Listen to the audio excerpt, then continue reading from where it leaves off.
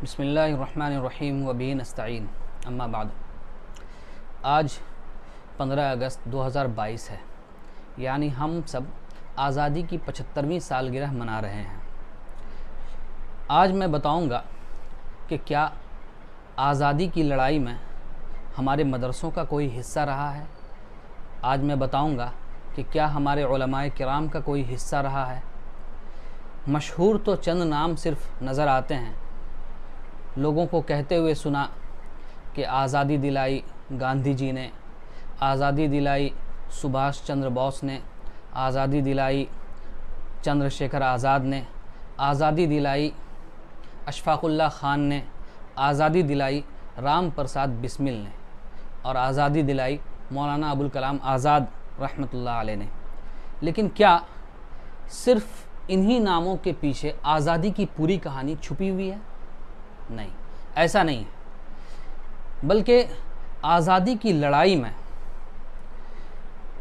हमारे उलमाए किराम ने वो तारीख़ी कारनामा अंजाम दिया और वो लाजवाल क़ुरबानियाँ पेश की हैं कि जिसे तारीख़ कभी फरामोश नहीं कर सकती।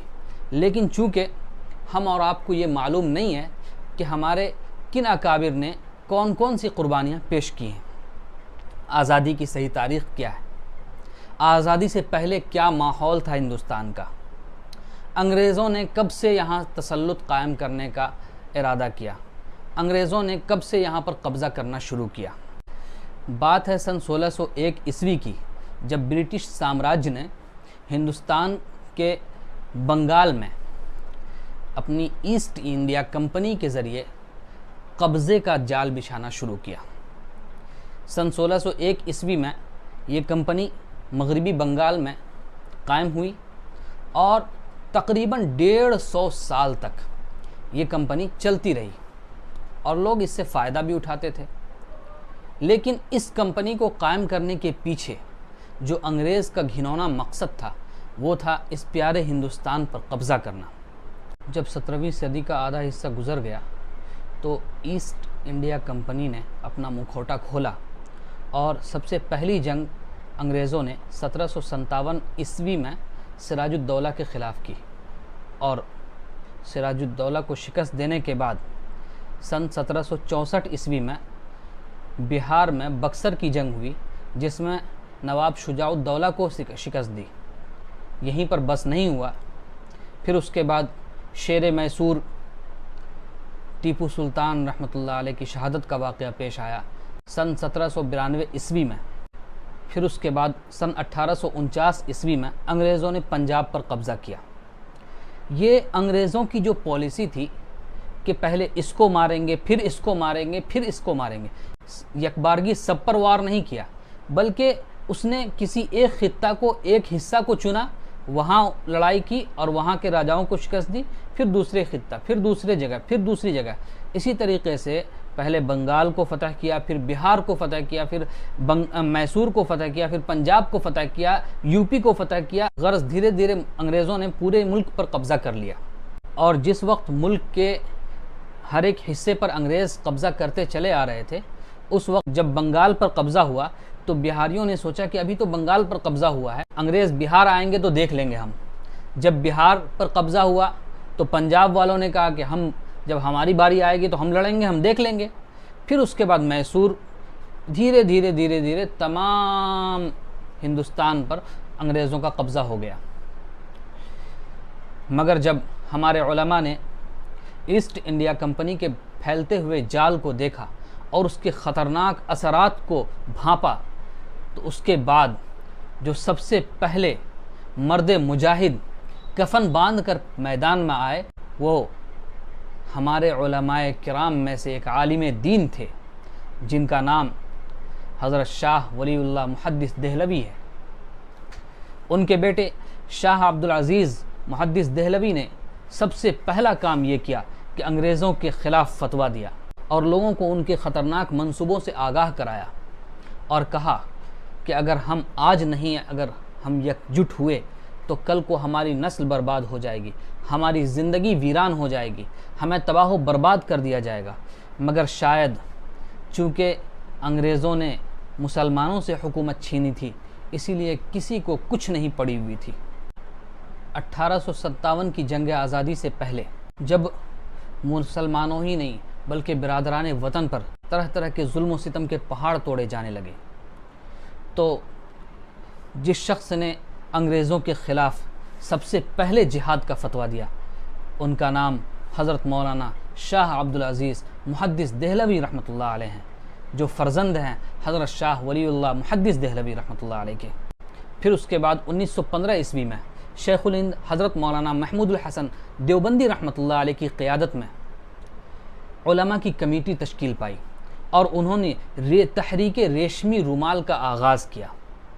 ये तहरीक रेशमी रुमाल असल में है क्या? तहरीक रेशमी रुमाल ये है कि एक रेशम का कपड़ा था जिस पर मौलाना महमूदुल हसन देवबंदी रहमतुल्लाह अलैह ने अंग्रेज़ों के ख़िलाफ़ जंग की पूरी प्लानिंग लिखी थी और इस रुमाल को ख़त की शक्ल देकर वफ़द बनाकर किसी को अफ़गानिस्तान भेजा, किसी को तुर्क भेजा, किसी को मिस्र भेजा और ख़ुद हिजाज़ चले गए, मक्का।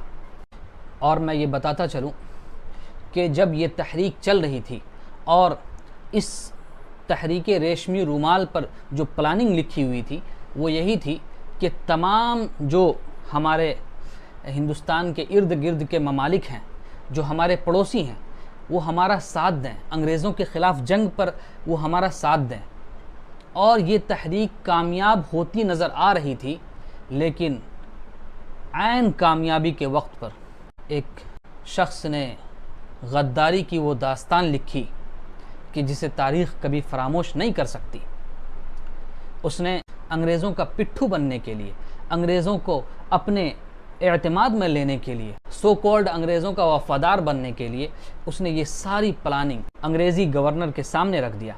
नतीजा ये हुआ कि हज़रत शेखुल हिंद हज़रत मौलाना हुसैन अहमद मदनी, हज़रत उबैदुल्लाह सिंधी और इनके अलावा बहुत सारे उलमाए किराम की गिरफ़्तारी कर ली गई। फिर उसके बाद इन हज़रात को जेल में डाल दिया गया। किसी को काला पानी की सज़ा हुई, किसी को फांसी की सज़ा हो गई। मगर ये तहरीक तकरीबन 75% कामयाब हो चुकी थी और हमारे मुल्क के नौजवानों के अंदर अंग्रेज़ों की क़ैद से निकलने का जज्बा पैदा हो चुका था और उलमाए किराम और हमारे बाशिंदगान हिंदुस्तान ने मिलकर अंग्रेज़ों से 1857 की जंग आज़ादी लड़ी। मगर अफसोस इस जंग में तकरीबन 2 लाख मुसलमान शहीद हुए, जिसमें से 51,500 उलमाए किराम ने शहादत दी है। आज तारीख़ के किसी पन्ने में हमारे उलमाए किराम का ज़िक्र नहीं है। आज किसी की ज़बान पर हमारे उलमाए किराम की क़ुरबानी का ज़िक्र नहीं आता। गिने चुने चंद लोगों का नाम लेकर हम ये समझते हैं कि आज़ादी हमें यूं ही मिल गई। नहीं मेरे दोस्तों, आज़ादी के पीछे की जो दास्तान है, आप अगर उन्हें पढ़ लेंगे, सुन लेंगे, तो वो आपकी रूह को हिला देने के लिए काफ़ी होगी। 1857 की जंग आज़ादी में जब मुसलमान लाखों की तादाद में शहीद हुए, फिर उसके बाद हमारे हिंदू भाइयों ने मुसलमान भाइयों के साथ मिलकर प्लानिंग करके अंग्रेज़ों के ख़िलाफ़ जंग लड़ी और नतीजा ये हुआ कि 15 अगस्त सन 1947 को हमारा ये देश अंग्रेज़ों के चंगुल से आज़ाद हुआ। आज़ादी के मतवालों में सिर्फ सुभाष चंद्र बोस, सिर्फ चंद्रशेखर आज़ाद, सिर्फ मोहन करमचंद गांधी, सिर्फ मौलाना अबुल कलाम आज़ाद, सिर्फ अशफाकुल्लाह खान, सिर्फ राम प्रसाद बिस्मिल के कारनामे नहीं हैं, बल्कि इसमें बेशुमार ऐसे उलमाए किराम के भी कारनामे हैं जिनके नामों से हम और आप नावाकिफ़ हैं। और आज जो मैं नाम आपको बताऊंगा, हम में से बहुत लोग ऐसे होंगे जो पैदा होने के बाद पहली मर्तबा उन उलमाए किराम का नाम सुनेंगे जो जिन्होंने जंग आज़ादी में कुर्बानियाँ पेश की। उनमें हज़रत मौलाना महमूदुल हसन देवबंदी रहमतुल्लाह अलैह, हज़रत मौलाना हुसैन अहमद मदनी रहमतुल्लाह अलैह, हज़रत मौलाना कासिम नानौती रहमतुल्लाह अलैह, हज़रत मौलाना खलील अहमद सहारनपुर, हज़रत मौलाना अब्दुल रहीम रायपुरी रहमतुल्लाह अलैह, हज़रत मौलाना शाह वलीउल्लाह मुहद्दिस देहलवी रहमतुल्लाह अलैह, हज़रत मौलाना शाह अब्दुल अज़ीज़ मुहद्दिस देहलवी रहमतुल्लाह अलैह, हज़रत मौलाना फरीदुद्दीन शहीद हज़रत मौलाना रशीद अहमद गंगोही रहमतुल्लाह, हज़रत मौलाना सैयद इस्माइल शहीद देहलवी रहमतुल्लाह अलैह, हज़रत मौलाना अबुल कलाम आज़ाद रहमतुल्लाह अलैह, हज़रत मौलाना अबुल महासिन सज्जाद रहमतुल्लाह अलैह और बेशुमार उलमाए किराम ने जंग आज़ादी में अजीम कारनामे अंजाम दिए। इनमें से बाज़ शहीद हुए, बाज़ को नज़रबंद कर दिया गया, बाज़ को काला पानी की सज़ा हुई, बाज़ को जेल में मरते दम तक रखा गया।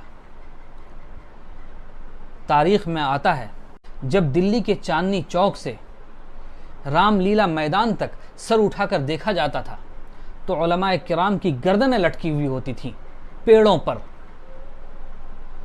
ये वो हमारे उलमाए किराम हैं जिनकी लाजवाल और बेमिसाल कुर्बानियों के नतीजे में ये आज़ादी हम तक पहुंची है। और आज